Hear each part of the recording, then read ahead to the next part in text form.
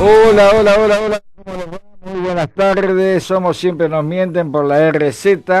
No, hoy no somos Siempre Nos Mienten. Hoy la verdad, otra cara, ¿no? Bueno, porque también tenemos que hablar de psicología, de inconsciente, de otras posiciones. Hola, Cristian. Dame un segundo, Luis. Bueno, te damos un segundo. Ahí Bueno, está, ahora sí. Hola, Luis, ¿cómo estás? ahí andamos. Bien, bien. Estamos también transmitiendo por Instagram, Estamos por Facebook hoy. por Hoy Facebook. le Ahí damos está. Facebook porque viste que no me Bueno, veía la también gente. pueden seguir el Instagram, Dale. el Instagram del programa. Ahí está, no me salía. El Instagram del La programa verdad, otra cara. y, y también por después el canal de YouTube. el canal de YouTube. Bueno, estamos en el aire, estamos conectados, ¿listo? ¿Ya estamos a fondo? Ya salimos a full con Eduardo Sanguinetti. Hola, Edu, ¿cómo te va? Luis Icarelli, Cristian Taborda, te saludamos. Yo estoy transmitiendo por Facebook. ¿Cómo andás? Bien, ¿cómo te va, Luis? ¿Qué tal, Cristian? ¿Cómo andan? Hola, Eduardo, un gusto hablar nuevamente Sí, contigo otra sí, vez. La última Sí, vez sí, que sí, viniste hubo sí, bastante es muy repercusión. agradable. Sería lindo todas las mañanas de nuestras vidas hacerlo. Bueno, lo bueno si es breve, dos veces bueno, pero bueno, está bien, está así y se nos da así. Te tendrías que hacer un programa acá vos también en la radio, ¿eh? Sí, pero no. Yo no tengo sponsor, yo Ajá, soy un nómade, soy Zaratustra en sus últimos años, está bien, está pero bien. sin balsa y sin río. O Bien, sea, bien, bien, bien, bien. Bueno, contanos de qué queríamos hablar hoy con vos. ¿De qué? Hay mucho para hablar y nada, pues en definitiva, como decía el bolero, la historia vuelve a repetirse, pero no hay muñequita dulce y rubia, ¿no? Ajá, Como decía el bolero. sí, Creo que siempre la incertidumbre crece, con la impostura se enriquece en millones de seres de este mundo temerosos, que además creen o sienten que son inmortales y permanecen al margen de la realidad, de espaldas al derrumbe que se produce día a día y la gran estafa. Pero no soy nadie para criticar a nadie. Yo me sigo contentando con los cuentos de los músicos de Bremen, con sonidos de otros mejores tiempos, que sí los hubo. Entonces no me quiero convertir en un predicador tampoco. Nunca me agradaron tampoco. No me gustan los consejos, sí los puntos de vista, ¿no? sí, uno lo que da es un punto de vista, es así, ¿no? Después, Claro, tampoco tenemos la verdad absoluta, no. no nos tienen por qué creer, pero bueno, por ahí uno somos como un motivador, ¿no? Para que piensen de otra manera la gente, para que vean otra realidad. Es como una terapia como una terapia, ¿no? Uno habla de estas cosas que las vive y por ahí el día de mañana también estas cosas que vivimos hoy el día de mañana son diferentes, ¿no? No, pues ha mutado todo, inclusive la denominada realidad, la realidad real, no la virtual, como escribí el otro día en una editorial. Sí, hay verdades y hay realidad que nos excede, pues muchas veces no se puede vivir, o sea, predicando amor a la vida y por otro lado sumando dinero y dando la espalda a gente que se muere de hambre. Lo siento de este modo. Soy un iconoclasta, un heterodoxo, como lo sabés. O sea, no oculto imágenes ni a líderes ni a personas, no milito en ningún partido, solamente intento militar en arte, naturaleza y vida. Soy un amante de esta vida, ¿no? Y en realidad la vida a veces de niños nos las presentaban, al menos a mí, como un cuento de hadas. Y a veces es un cuento de hadas, pero en los cuentos de hadas vos sabés que también hay personajes bastante nefastos, ¿no? Y no me agradan mucho los fanáticos, no los que se asimilan a ideologías del momento. No me agradan para nada, no me agradan. Muchas veces se convierten en enemigos de uno sin uno querer tener enemigos, pero sin embargo se los va granjeando. La vez pasada me encontré, tuvimos tuvimos un buen diálogo, recordás, en el anterior encuentro acá en la radio, Siempre. en el programa. Sí. Y apareció una especie se llama troll, etcétera, difamando, injuriando, que le agradezco, te agradezco mucho, Cristian, que hayas eliminado esos comentarios insultantes, ¿no? ¿Estás ahí? Sí, estamos acá, sí, sí. escucho atentamente. Entonces, he transitado muchas inmersiones, las llamo yo, y he visto, y bueno, te das cuenta que según pasan los años vas viendo morir a mucha gente que se cruzaron en tu vida, con quien coincidías, con quien no coincidías, a quien querías, a quien amabas. Y entonces eso modifica un poco el panóptico y la mirada de uno, ¿no? Pues en realidad en este milenio y con esta pandemia muchas cosas han cambiado. Sí. Y me parece que no caen en la cuenta de que el mundo antes de pre-pandemia ya no va a existir. Se ha transformado lo que se denominaba realidad. Es otra realidad. Quizás un poco más fría, ¿no? La metaforizo. Entonces es como un viejo mundo, ¿no? Más viejo mundo que el Renacimiento. O sea, hay una vieja naturaleza y hay una nueva naturaleza a la que tenemos que cuidar. Entonces siento que la inmortalidad es imposible, salvo la memoria y los paisajes de infancia y los buenos momentos. Y vivir sin cuento de hadas a veces es difícil, ¿no? Para los que nos nutrimos de valores estéticos, éticos y dignos. Por eso me pregunto, los gobernantes del mundo, ¿qué pretenden? ¿Hacia dónde pretenden ir? ¿No? Me llama la atención que no se reúnan en algún lugar remoto.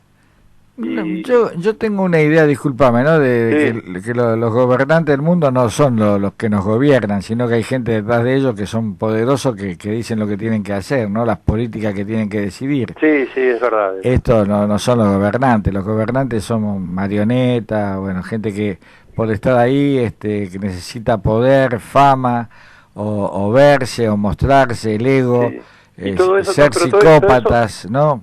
Que no les importa nada.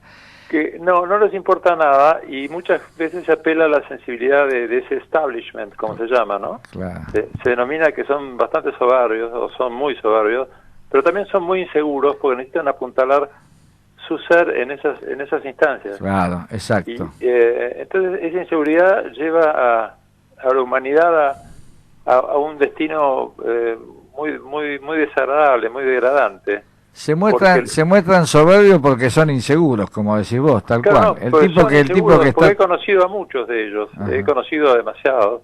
Y de pronto cuando uno se planta, uno tiene una personalidad, yo la tengo carácter, puedes asimilarte o no, puedes adherir o rechazar, ajá. pero no ser indiferente, ¿entendés? No soy un fanático de mí mismo, pero tengo muy claro lo que quiero y lo que me propongo. Y sobre todo no soy cobarde y no tengo miedos. Y eso les provoca miedo a estos seres que son muy cobardes y son traidores, ¿no? Los constituye un dolor, sufrimientos quizás de infancia. Entonces, sin ser demasiado... yo no soy un terapeuta, hay que ir al origen, a su infancia, a ver qué les aconteció. Pues si tuviste una infancia, entre comillas, feliz, o a ver, en la cual caminabas senderos... simpáticos, agradables, no tenés por qué ser un explotador, ¿no? Digo explotador y mostrar ese ánimo toda tu vida, intentar ser temido por tus trabajadores o empleados. Es tan estúpido realmente, ¿no? Entonces necesitamos sistemas totalmente nuevos, pero cuando uno dice esto, dicen, este es trojo, este es de izquierda. No, para nada. Soy un humanista. La palabra humanista creo que todavía tiene vigencia, ¿no? Sí, yo tengo entre muchas visiones, viste que los temas que hablamos nosotros abren muchas ventanas. Sí, eso es bueno.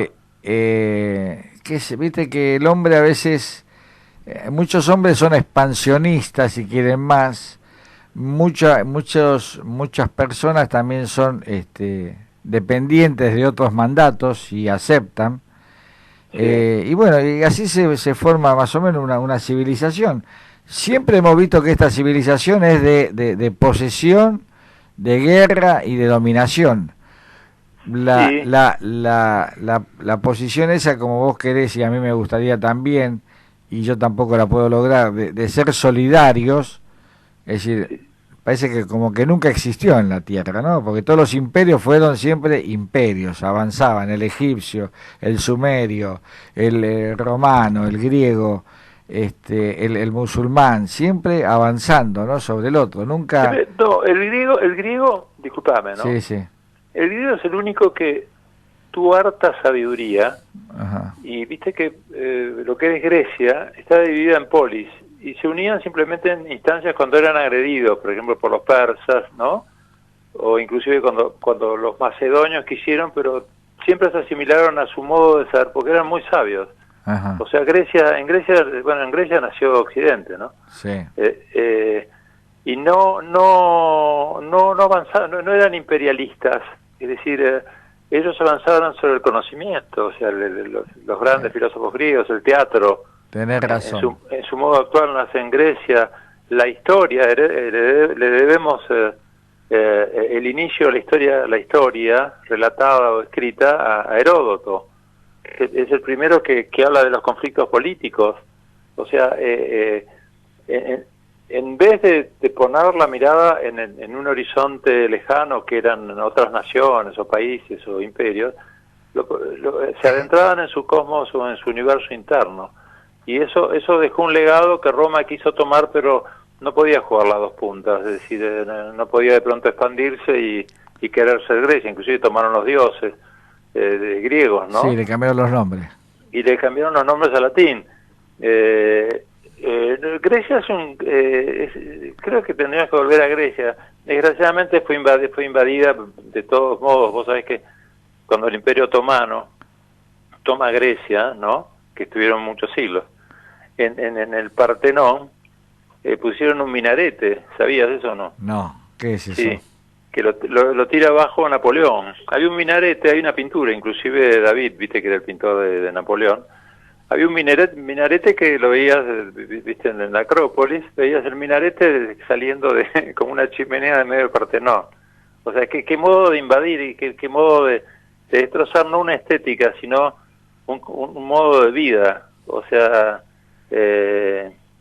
eso implica en colapsos a lo largo de la historia que nos impiden, viste, lograr una victoria sobre nosotros mismos, pues en definitiva las grandes batallas las libramos con nosotros mismos.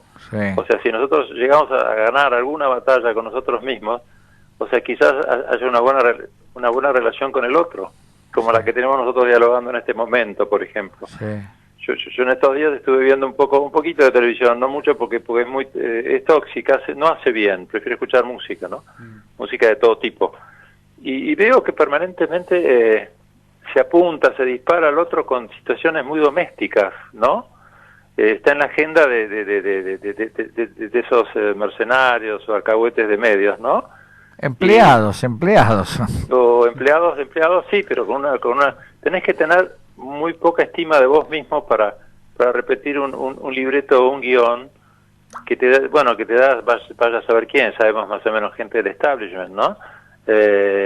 Entonces, ver de qué modo tenés un rol más activo en la economía, cuando en definitiva solo basta solidarizarse y armar un buen programa económico, que no es difícil, ¿entendés?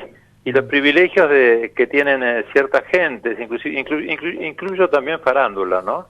Deberían ser eliminados con rapidez, me parece a mí. Y el impuesto famoso, la riqueza, no tendría que ser una vez, tendría que ser todos los meses. O sea, y aplicado sin demora. Es decir, discúlpame que sienta y piense de este modo, pero lo siento y pienso de todo desde siempre esto, no ahora. Sí. No tengo dudas de que en cierta manera es el sendero a seguir, lo está haciendo el mundo, pero con migajas. Es decir, porque Argentina y en el planeta tendrían que instalar en una cloaca archivos de la historia de este sistema neoliberal. Del capitalismo podemos rescatar algo del inicio del capitalismo, ¿no? Que Estados Unidos después de la crisis del 28 le dio resultados. Pero ya no hablo de liberalismo ni neoliberalismo, hablo de capitalismo.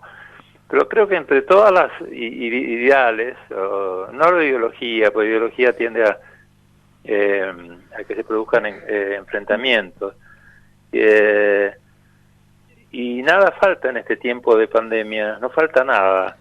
Entonces quizás puedo construir una desengañada enunciación de suciedades, hipocresías, que nos propone este viaje al Averno, que realmente lo es, ¿viste? Con los dichos, contradichos de la OMS, etcétera, etcétera, con pasaje de ida, porque el de vuelta no lo tenemos, sin saber a dónde apuntamos, incluso a la vacuna también. Sí, es interesante porque vos fijate, perdón Luis, sí.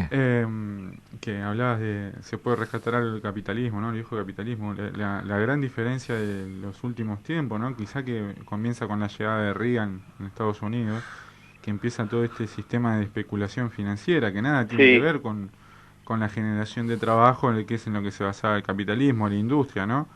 Sí. De Reagan en la sociedad con Thatcher, que está espantosamente, claro, como es Inglaterra en aquel momento, está en una caída vertical. Claro, donde comienza no ya un capital en el sentido de industria, ¿no? De amortizaciones, de fierro, sino el capital financiero, ¿no? Esto, los bonos basura, todo lo conocemos. Y vos fijate que relacionándolo con lo que decía del peronismo, del periodismo, sí, que son los empleados de ese capital financiero, ¿no? Los empleados de la clase dominante, decía Gramsci, que se han convertido de alguna forma, vos lo definías así, también lo podemos hacer una analogía, ¿no? En un nuevo clero, en los sacerdotes, ¿no? De este nuevo sistema que se ha pergeñado durante las últimas décadas, donde salen todos los días en sus medios, en los periódicos, ¿no? A predicar lo que le dicen la teología del mercado o el Dios dinero. El Dios dinero, exactamente. Pues Reagan implementó políticas basadas en la conocida economía del lado de la oferta y defendió la filosofía del laissez-faire, que es fundamental eso, ¿no? Buscando estimular la economía con reducciones de impuestos a largo plazo y cruzando fronteras. Es cuando bueno, busca aliado era Irak en ese momento de Estados Unidos, ¿no? Reagan, ustedes saben que tuvo aliados que después los traicionó. Noriega en Panamá fue uno, el Shah de Persia un poco antes, ¿recuerdan? Hasta que el Ayatolá llega, el Shah de Persia no le da una mano a Estados Unidos, cuando de pronto en Irán estaba la foto del Shah en todos lados con Farah Diva, que era la mujer, ¿recuerdan? En los 70, pero Ronald Reagan fue nefasto, fue la mayor decepción que nos ha dado Estados Unidos en los últimos tiempos.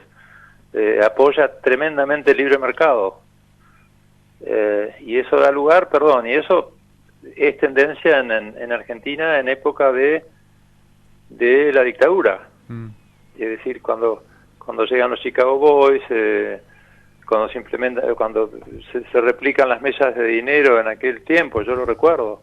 El otro día murió Jorge Brito, vecino mío de Verano R, que escribió una editorial, creo que se la mandé a ustedes. Sí. ¿La leyeron o no? No, yo no la leí, no. Sobre, ¿qué te iba a decir? Jorge Brito, que siempre quiso tener dinero desde chico, nos conocíamos de infancia. El padre era un policía. Sufrían ciertas penurias económicas y bueno, luego arma con su cuñado, se casó con una mujer con la primera novia, Marcela, y Carballo, que es el que ahora quedó al frente del Banco Macro, su cuñado, un tipo muy inteligente, porque sin Carballo no sé si Brito hubiera llegado. Y bueno, desde los 70 hasta que muere, paseó por todas las... se asimiló a la tal autoridad de todos los gobiernos. Es decir, Brito, como Jorge Neus, que vivía frente a mi casa, que él terminó siendo un femicida. Estoy hablando de gente que conocí, o sea, que he conocido. Cuando fundan Hamburgo, recuerdan la primera, después tiene un problema cuando se va Dicen, hay un libro de un tal O'Donnell que habla de Brito, que se quedó con viviendas de desaparecidos. El libro no recuerdo cómo se llama. Mira. Y ahí tiene un problema que viene a su salvataje el Coti. El gran Coti. Digo el gran de modo un poco irónico, ¿no? Que baja de Misiones, creo que nació en Misiones.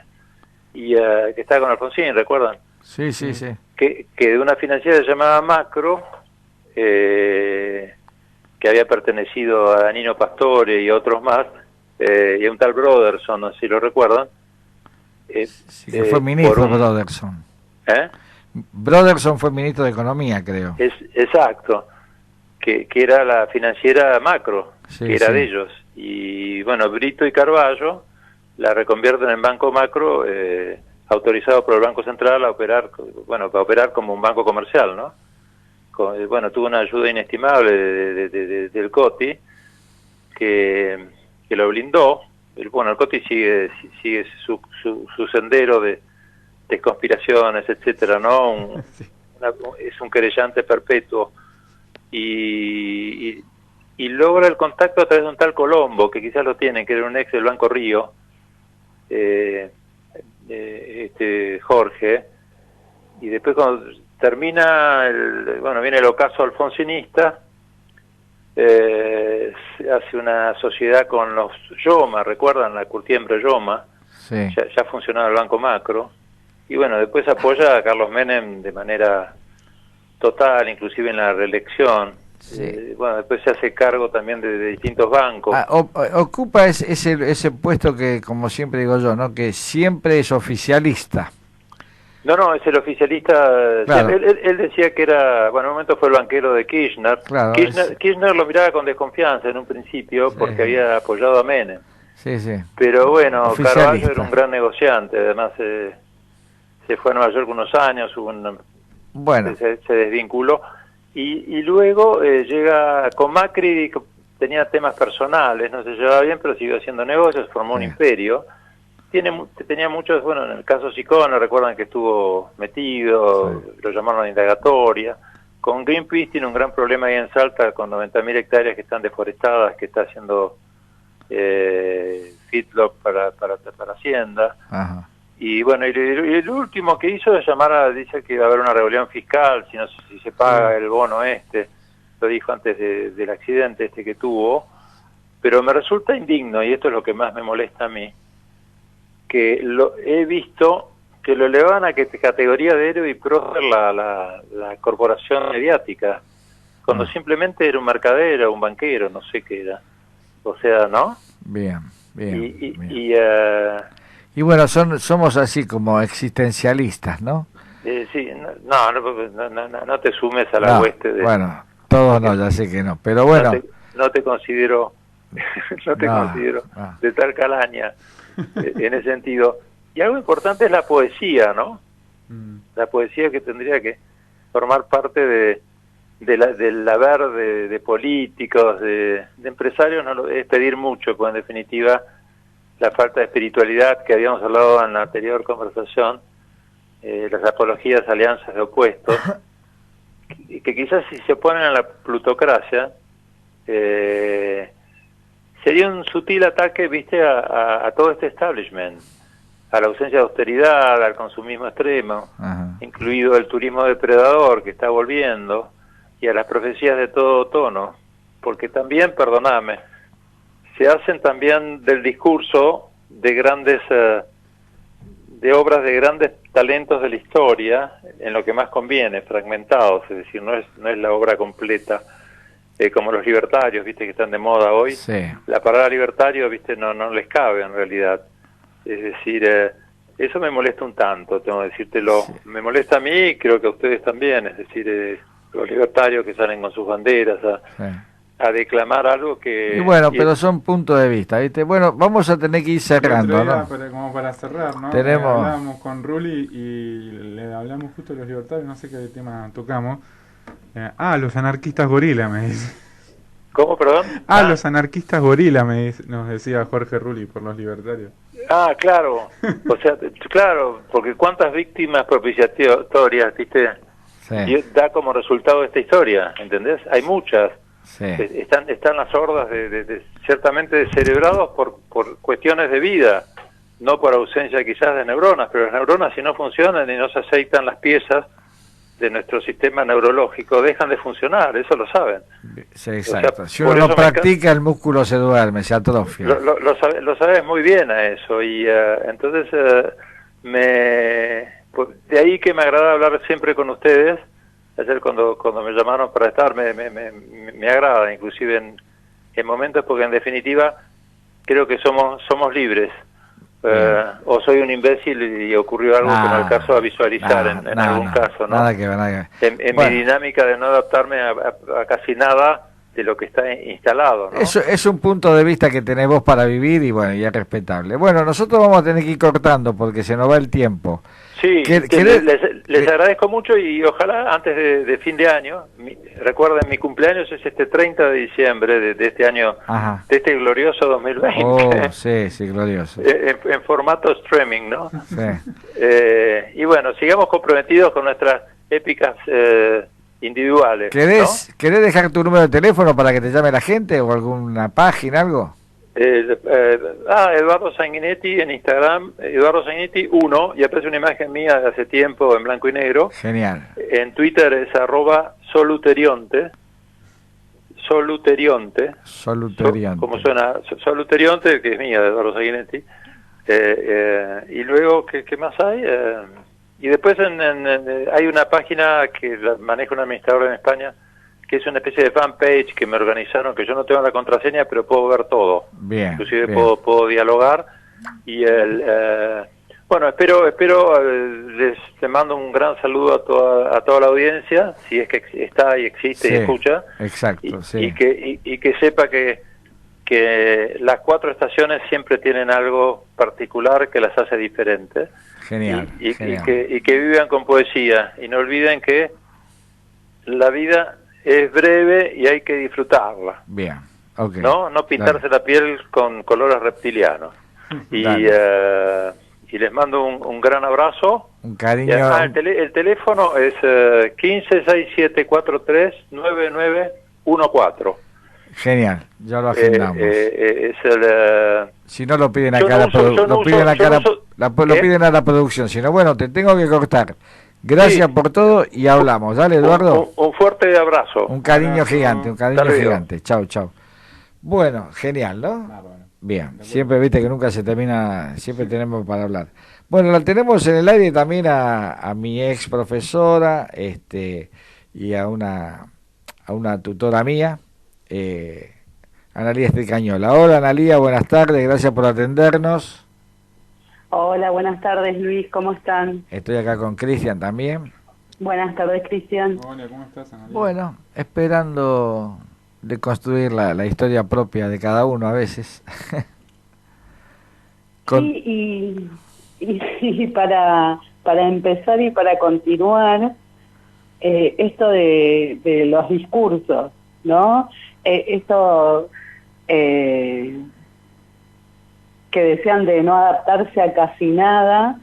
Nosotros venimos hablando de las creencias y las emociones, sí, y comentamos que las creencias están en la base de todo lo que nos sucede, que construimos toda nuestra vida en función de una o más creencias y que nuestras emociones son producto de esas creencias. Y como siempre puedo como enganchar la última parte y me llama la atención algunas cosas, ¿no? Que las personas dicen, esto de no adaptarse a casi nada, la creencia de que no hay que adaptarse a casi nada, y poder como instalar eso de que en realidad no son ni buenas ni malas, que lo importante es hacerlas conscientes, porque a partir de ahí, a partir de determinadas creencias, construimos una visión del mundo, de las cosas, de las personas, y me quedaba con esto último, ¿no? De que hay que disfrutar, que parece como un imperativo que viene de afuera, y me preguntaba si hay una manera de disfrutar, y también me preguntaba qué pasa con las emociones, ¿no? Con este imperativo de que hay que disfrutar. Sí.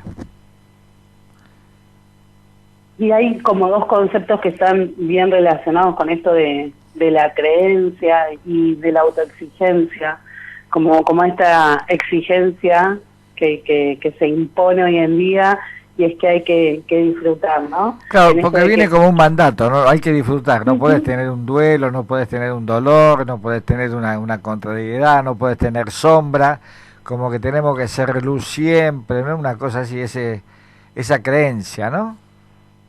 Sí, y como lo más interesante es las emociones que eso nos despiertan, porque si el imperativo es que hay que disfrutar, y no puedo estar 24/7 disfrutando, como la emoción que eso despierta, y además de la emoción que eso despierta, que nos genera nuestro autoestima, y cómo es esa exigencia de que, por ejemplo, hay que disfrutar. Si nosotros pensamos en lo que es autoestima, que es la manera en la que nos vemos y el valor que nos damos a nosotros mismos, como una percepción personal. Y esa percepción personal está basada en ciertas creencias y además abarca todos los aspectos de nuestra vida y está ligado con nuestro crecimiento personal. Y cómo en función de esas creencias vamos construyendo lo que es autoestima. Y esa autoestima puede ser congruente, es decir, estar en función y de acuerdo con nuestras experiencias, o incongruente, que tiene que ver con creencias que nos vienen de afuera y que tomamos como propias, como esto de que hay que disfrutar. ¿Sí? Sí, sí, estamos escuchando. Y respecto a la exigencia que eso nos genera al mismo tiempo, nosotros podemos pensar en la exigencia como ese vínculo, ¿no?, que puede ocurrir entre dos personas, entre alguien de afuera y nosotros, pero que también está la exigencia que viene de nosotros mismos, como dos aspectos de nosotros mismos. Y cuando eso se manifiesta en nosotros, se denomina autoexigencia. Y exigirse a uno mismo es reconocer que soy tanto el exigente como el exigido.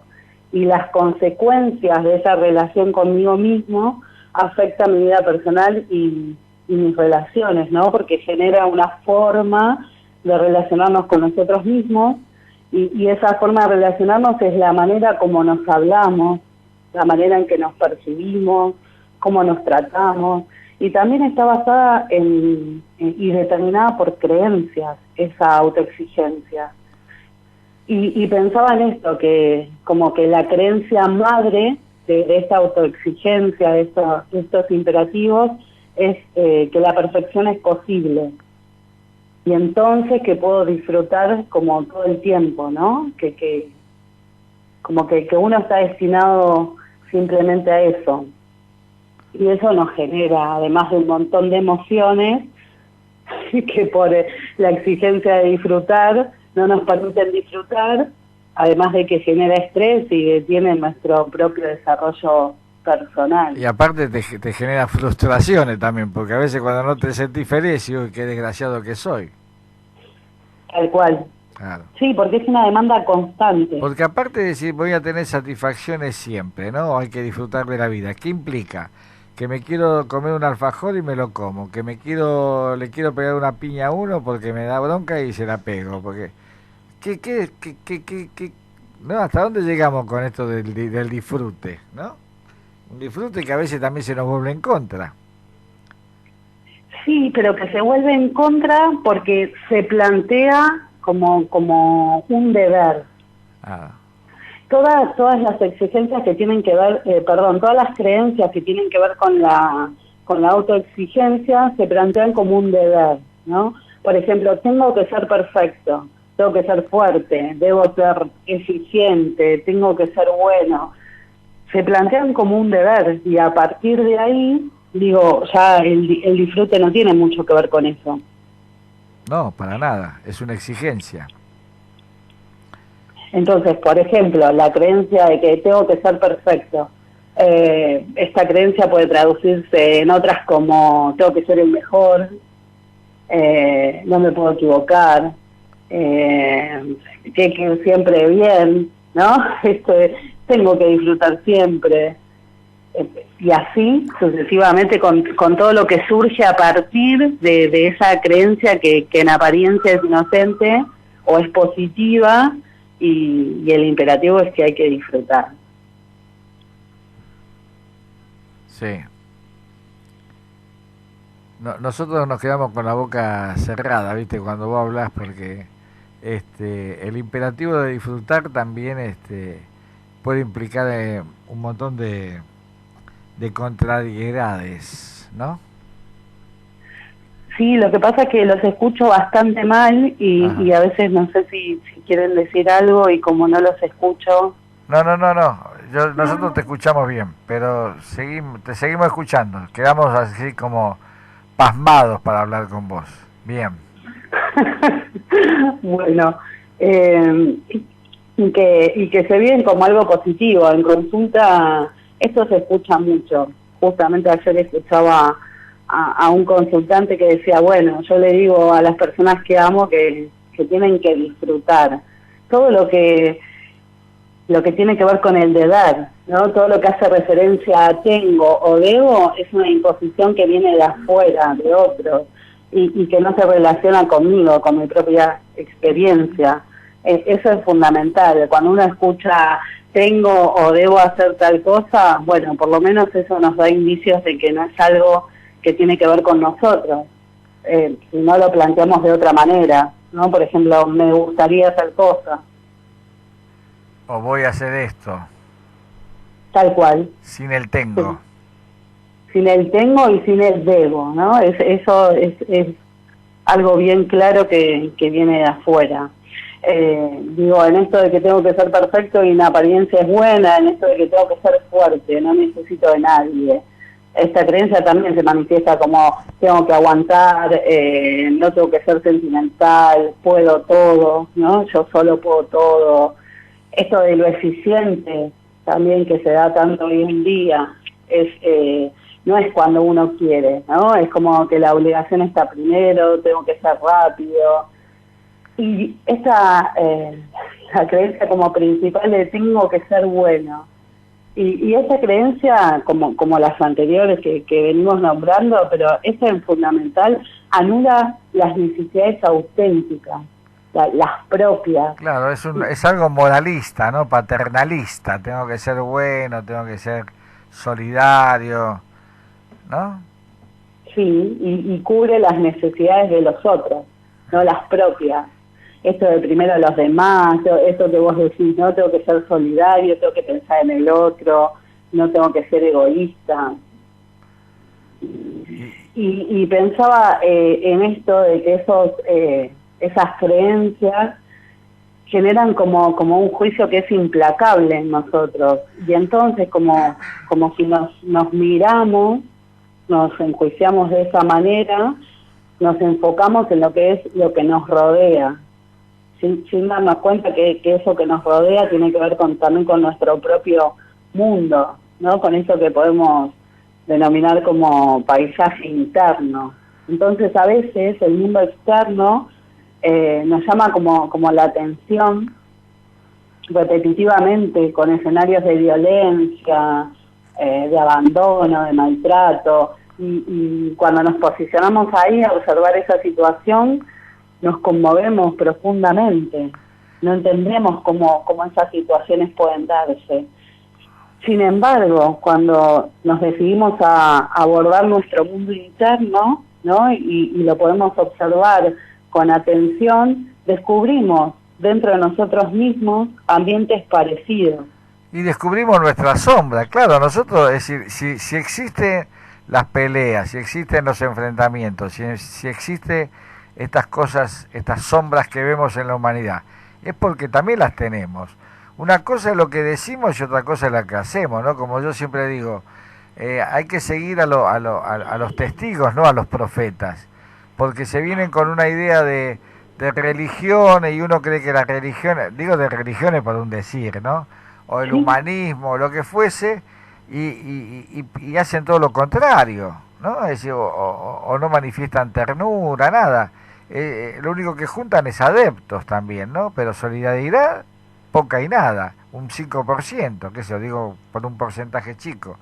Todo lo demás viene de Dios o de quien sea, ¿no? Es decir, no, si nosotros, bueno, el tema es esto de como uno vive en una cultura, tiene que ocultar sus zonas oscuras. Y ahí es donde todas las tenemos, ¿no? Esto como decimos siempre, nadie es tan bueno ni nadie es tan malo. Zonas oscuras tenemos todos. Si realmente nosotros pudiésemos hablar nuestras zonas oscuras, es decir, seríamos más íntegros, ¿no? Que la tenemos que esconder, y todo aquello que todo aquello que no se hace consciente, después se vuelve destino, ¿no? Tal cual.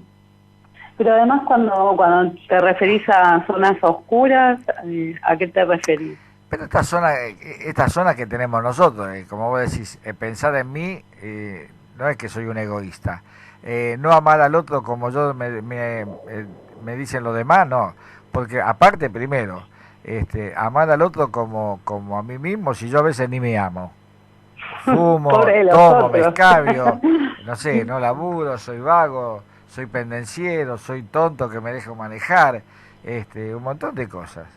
Es decir, entonces, si uno pudiese decodificar todo eso que tenemos adentro, ahí sería un verdadero crecimiento y ahí sí estaríamos felices, ¿no? Porque por ahí nos encontramos con nuestra reales necesidades y nuestra real forma de ser, ¿no? Bueno, ya, denominar esas cuestiones como zonas oscuras, da cuenta de una posición y de determinadas creencias. Claro, bien, bien. Sí. ¿No? Estas creencias que se construyen socialmente, pero que también construimos como al interior, ¿no? De nosotros mismos. Sí. Y que son introyectadas desde los otros, que son importantes para sobrevivir, para nuestro crecimiento, que tienen que ver con nuestros padres o los otros significativos o aquellas personas que nos cuidan, ¿no? Desde que somos pequeños, pero ya denominar a algo de determinada manera da cuenta de una posición. Es bien. ¿No? Y que esa posición se sostiene de determinadas creencias. Vos dijiste dos cosas muy interesantes, ¿no? Mencionaste como zonas oscuras y además dijiste que hay que ocultarlas. Eso es una creencia que viene desde algún lugar, que te atreves a cuestionar, y eso es lo interesante, pero que también tiene que ver con creencias, ¿no? Que en algún momento uno escuchó algo de eso. Sí. Bien. El tema es que nadie nos enseña cómo hacer esta indagación atenta de nuestra intimidad, ¿no? Como la manera en que nos condiciona nos lleva a mirar siempre afuera, y eso que miramos afuera y donde llevamos nuestras imposibilidades, ¿no? Donde proyectamos lo que no pudimos ver en nosotros mismos. Digo, es más fácil verlo afuera que verlo en nosotros. Sí. Y entonces por eso ponemos tanto afuera, y nuestros pensamientos giran en torno a esto. Y además de eso, esto de los pensamientos en la mente siempre está en el pasado, ¿no? En eso que construimos desde niños, con todas estas creencias que introyectamos, y entonces esos pensamientos cuando nosotros prestamos atención, si ahora que estamos hablando, por ejemplo, prestamos atención y llevamos la atención ahora en el presente, vamos a percibir, por ejemplo, cómo estamos sentados. Ustedes pueden percibir cómo les resulta mi voz, si agradable o desagradable, pero en general no traemos la mente al presente. No, hay un montón de cosas de las que no somos conscientes, que pasan como desapercibidas. Por ejemplo, entonces nuestros pensamientos que están en el pasado, porque uno puede llevar su atención al presente por tiempos mínimos, generan todo tipo de emociones, pero que esas emociones vienen de antes, ¿no? No tienen que ver solamente con el aquí y ahora. Sí, mismo por ejemplo cuando estamos hablando, por ahí uno está pensando a ver cómo respondo o cómo me cae lo que estoy hablando, ¿no? Sí. Sí. Es así, a veces, ¿viste? La mente... O sea que lo que tenemos de la mente que está alejada del presente, ¿no? Y como hipnotizada en sus asuntos, en que no me pase lo que ya me pasó. Y mientras tanto todo el resto sigue funcionando como automáticamente. Es lo que venimos hablando durante esta semana. Si uno se pone a pensar en su propia vida, se va dando cuenta de todas las creencias que construyen nuestras conductas, nuestros sentimientos, nuestras emociones. También a veces cosas que nos han pasado en el pasado que son buenas, ¿no? Que uno las considera felices. No sé, yo no quiero poner bueno y malo, ¿no? Porque si no caemos en esto de oscuro y claro. Uh-huh. No, también hay cosas del pasado que tenemos como una buena memoria, ¿no? Que nos hace por lo menos hablar, pensar, cosas que estamos haciendo siempre, ¿no? Hay cosas lindas para rescatar del pasado. Lo que pasa es que sí, a veces mayormente la memoria tiende a eso, ¿no? Al dolor, ¿no? A lo que lo que nos pasó doloroso, ¿no? Es así lo que más o menos No, quiere pero decir. eso también depende de la actitud de cada uno, ¿no? Es que, Ajá. qué sé yo, algunos tratan de olvidar quizás las cosas malas porque existe lo bueno, existe lo malo. Si no, caemos en un relativismo en donde lo bueno y lo malo es lo que le conviene a cada uno. O en algunos casos al que tiene más poder. Caemos en un relativismo. ¿Eh? Caemos en un Y sí, relativismo. ese es el pensamiento posmoderno, ¿no es cierto? En donde lo que a lo bueno se lo llama malo, a lo malo se lo llama bueno, entonces lo bueno es lo que a mí me parezca, ¿no? No existe una verdad, y por lo tanto entonces todo se vuelve relativo y con un sentido utilitarista, ¿no? Que es la ideología del poder, volver a lo que es bueno en base a la utilidad, ¿no? Esto ya lo planteaba Nietzsche. Es el pensamiento anglófilo, ¿no? De los ingleses, el sentido utilitario, que lo bueno es lo útil. Eh, pero volviendo a lo que estabas diciendo, Luis, eh, claro que hay cosas buenas en el pasado de las personas. Muchos se aferran a eso y otros quizás se aferran más a lo malo. Lo que está para mí, en mi humilde opinión, está mal, ¿no es cierto? Uno tiene que tratar quizás de superar o tomar esa experiencia negativa y transformarla de cara al futuro para que pueda servirle a uno, ¿no? Aprender de los errores, quizás, esa frase tan trillada. Analía. Sí, no, me quedé escuchando porque está muy bueno lo que están diciendo. Digo, hay una convención social, un acuerdo, y es lo que nos sirve para vivir en sociedad respecto a lo que es bueno y es malo, y eso está bien porque si no, no podemos convivir con los otros, pero hay algo que tiene que ver con lo que es individual, con lo particular de cada persona, y es eso lo que nos hace sufrir. Justamente en el caso de la persona tiene que ser relativo, porque si es rígido nos genera sufrimiento. ¿Se acuerdan que yo les decía, creo que fue la semana pasada, es que todo lo que es rígido o tengo o debo es porque viene de afuera? Exacto. Porque lo que es bueno o malo para mí siempre es relativo, porque va a depender del momento en que me encuentre, ¿no? Y de lo que necesite en ese momento y de cuál sea el objetivo, que es diferente que plantear que no hay nada bueno o malo. Sí, eso de que lo que es bueno, lo que es malo, lo que está bien, lo que está mal, lo que corresponde y lo que no corresponde, y lo que está dentro de la ley y fuera de la ley, nos sirve para vivir en sociedad, para poder estar con otros. Pero lo que refiere a lo particular de cada uno, empezar a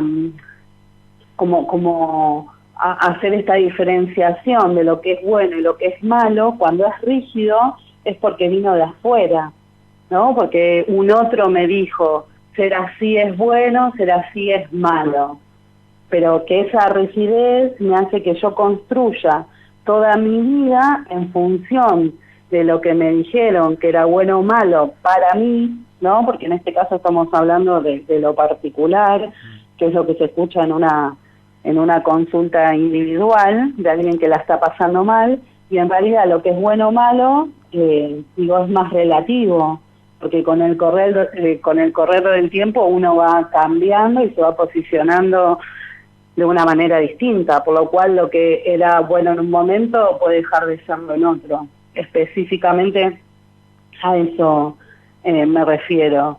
Y sí, creo que tiene que ser relativo.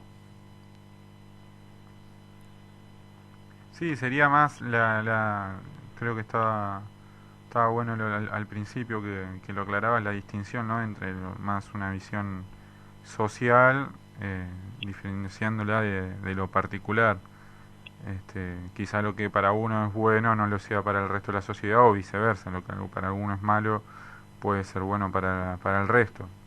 Creo que por ahí apuntabas para ese lado y sí puede ser y pasa muchas veces, ¿no? Que alguno por ahí considera bueno algo para uno y quizás para el resto es malo. A eso me refiero, Cristian, sí, perfecto, es eso lo que quiero decir. Supongamos que para nuestros padres era bueno que uno estudie, o que tenga determinada pareja, o esto de que para realizarte tenés que tener hijos. Digo, eso cuando vamos a lo particular, digo, es bueno para quién, ¿no? En realidad uno en la vida se va encontrando con diferentes cuestiones y digamos que lo saludable es ir resolviendo, es esa capacidad de reflexión que uno tiene y de ir resolviendo a medida que se presentan las cuestiones. Si no, uno va con algo ya como fijo, pero que en realidad no tenemos ni idea si es bueno o malo para nosotros. Digo, supongamos que nos dicen que estudiar es lo mejor que nos puede pasar. Y tal vez estudiamos y después nos damos cuenta que eso no era bueno para nosotros. O lo contrario, tal vez no hay que estudiar y no estudiamos y nos damos cuenta que tampoco eso hizo bueno para nosotros. Entonces a lo que apuntamos es que como esto, a dejar flojito todo lo que es rígido, porque insisto, lo que es rígido no viene de la propia experiencia, ¿no? A veces tenemos ganas de algunas cosas, a veces de otras, a veces ocurren cosas inesperadas en la vida que hace que nos posicionemos y que pensemos de una manera distinta.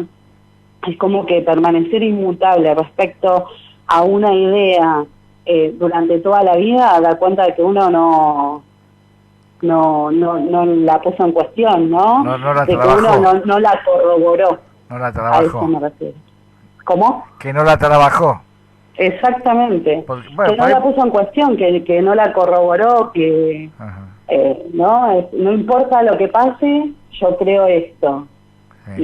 Y baso mi vida en función de eso. Sí, eso ya lo hemos hablado, sí. Cuando yo hablaba de una religión o de un partido político o de un club de fútbol, es decir, sea como sea, sigo siendo de ese, ¿no? Me viene a la mente esta idea también, que hay un mandato en los chicos, ¿no? En el jardín, viste que dicen compartan. Y yo siempre lo doy como un ejemplo negro, feo, es decir, como un ejemplo no agradable, no, ni negro ni feo, pero lo doy no lo doy como un buen ejemplo, porque el chiquito de 3, 4, 5 años, 6, no puede compartir algo que recibe porque no tiene cómo ganarlo. Entonces hay que dejar que el chiquito sea egoísta en su momento. Y después, el tema no es que el chiquito sea egoísta, el tema es que los grandes somos egoístas. ¿Sabés, Luis, cuándo nos damos cuenta de si eso o de esa exigencia que llega de afuera es agradable o desagradable para nosotros?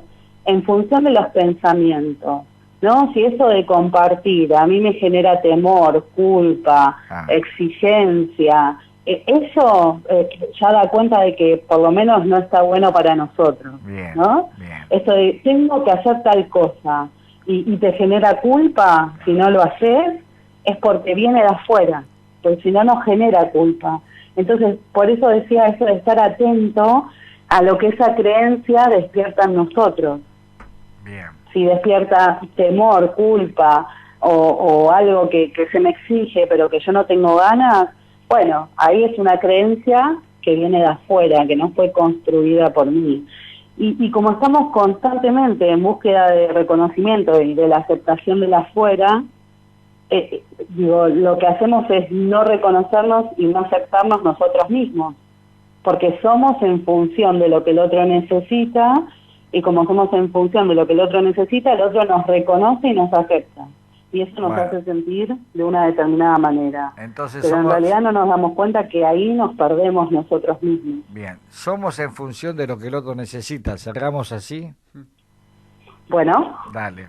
Bueno, volvemos el martes que viene, Analía. Bueno, gracias. Dale, no, gracias a vos, un abrazo gigante. Un abrazo. Gracias. Chau, chau, chau. Bueno, somos la verdad otra cara y volvemos el viernes con Siempre nos mienten. Siempre nos mienten. Sintiendo el miedo en la piel, porque nunca van a